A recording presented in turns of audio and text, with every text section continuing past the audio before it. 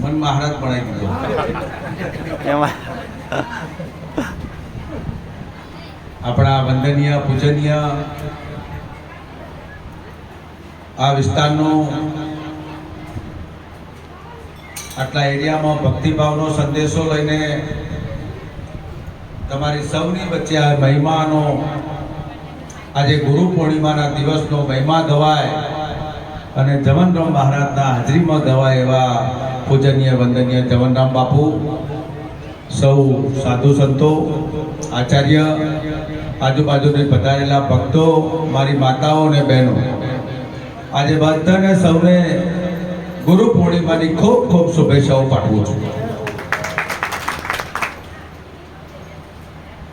આજનો મહિમા કંઈક વિશેષ મહિમા છે.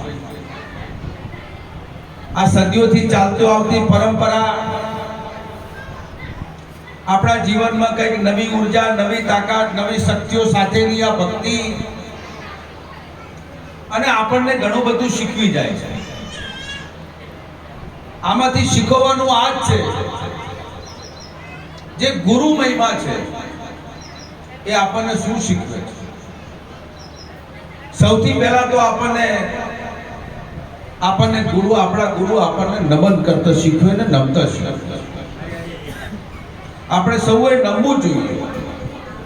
વડીલ હોય, નાના હોય, મોટા હોય, એને નમવું જોઈએ. એમ આજે આપણે બધા જવનરામ મહારાજના ચરણોમાં સ્પર્શ કરવા માટે આવ્યા છે અને એમને પ્રાર્થના કરીએ કે એમની જે ભક્તિ છે એ ભક્તિ રૂપી આપણે સૌ બાળકોને, ભક્તોને આશીર્વાદ આપે એવી જવનરામ મહારાજને પ્રાર્થના કરીએ. નમવું તે સૌને ગમે.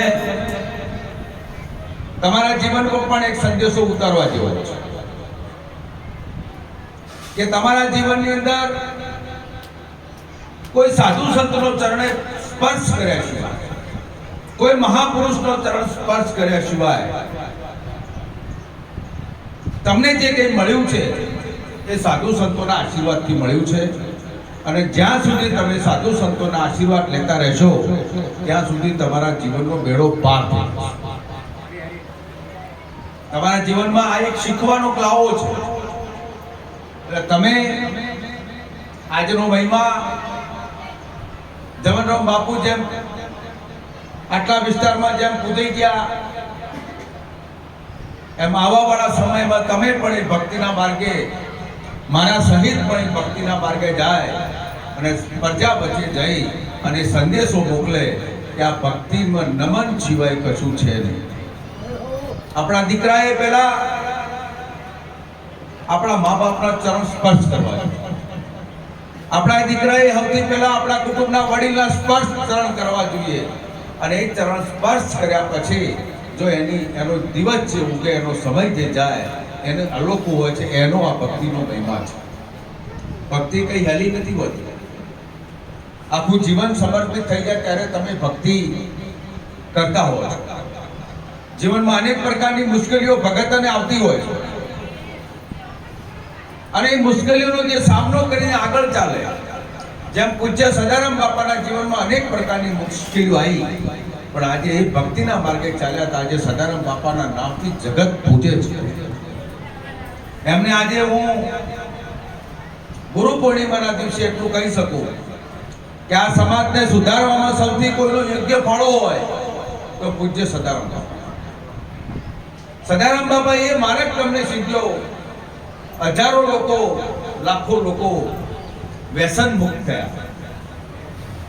હજારો લાખો લોકો આહાર વિહારથી વંચિત થયા અને હજારે લાખો લોકો આજે જ્યાં જુઓ, પાટણ જુઓ, સિદ્ધપુર જુઓ, મહેસાણા જુઓ, બનાસકાંઠા જુઓ, કોઈ પણ સેક્ટર, અમદાવાદ જુઓ, ત્યાં પણ સદારામ બાપાના હજારો બોર્ડ લાગ્યા છે. એમ એ પણ અમને પણ સદારામ બાપાના આશીર્વાદ મળ્યા છે. એવી જ રીતે જવનરામ બાપુના તમારા બધાના ઉપર જેમ સદારામ બાપાના આશીર્વાદ જવનરામ બાપુ ઉપર મળશે અને જવનભર બાપુના રૂપે તમને આશીર્વાદ આ મળે. અને આજે ગુરુ પૂર્ણિમાના પ્રમાણે હું બધા તો શું કહી શકું પણ એટલું ચોક્કસ કહી શકું કે સદારામ બાપાએ જે મેં ભક્તિ કરી છે એ ભક્તિના ભાગ રૂપે અહીંયા જે કોઈ હરિસંતો ભક્તો આવ્યા છે એમનું સૌનું કલ્યાણ થાય, સુખી જીવન જાય, નિરોગી જીવન જાય અને એમનું પરમ કૃપાળુ પરમાત્માને સદારામ બાપા ખૂબ સુખી રાખે એવો આશીર્વાદ આપે છે. આજના તબક્કે મને મારું સન્માન કર્યું. અમે બંને જણા આજ નક્કી કર્યું હતું કે જવનરામ મહારાજના તો ભજન છે, અમે બંને જણા આજે હું મારો દીકરો અને અમે ત્રણે આજે તમારા જવનરામ બાપુના આશીર્વાદ રૂપી આશીર્વાદ લેવા માટે આવ્યા છીએ. આપ પણ આગળ ભક્તિમાં વધો એવી મારી શુભકામનાઓ છો. મને મારું સન્માન કર્યું, તિલક કર્યું, એમ એ બદલ જવનરામ મહારાજના ચરણોમાં વંદન કરું છું, નમન કરું છું. જય ગુરુ.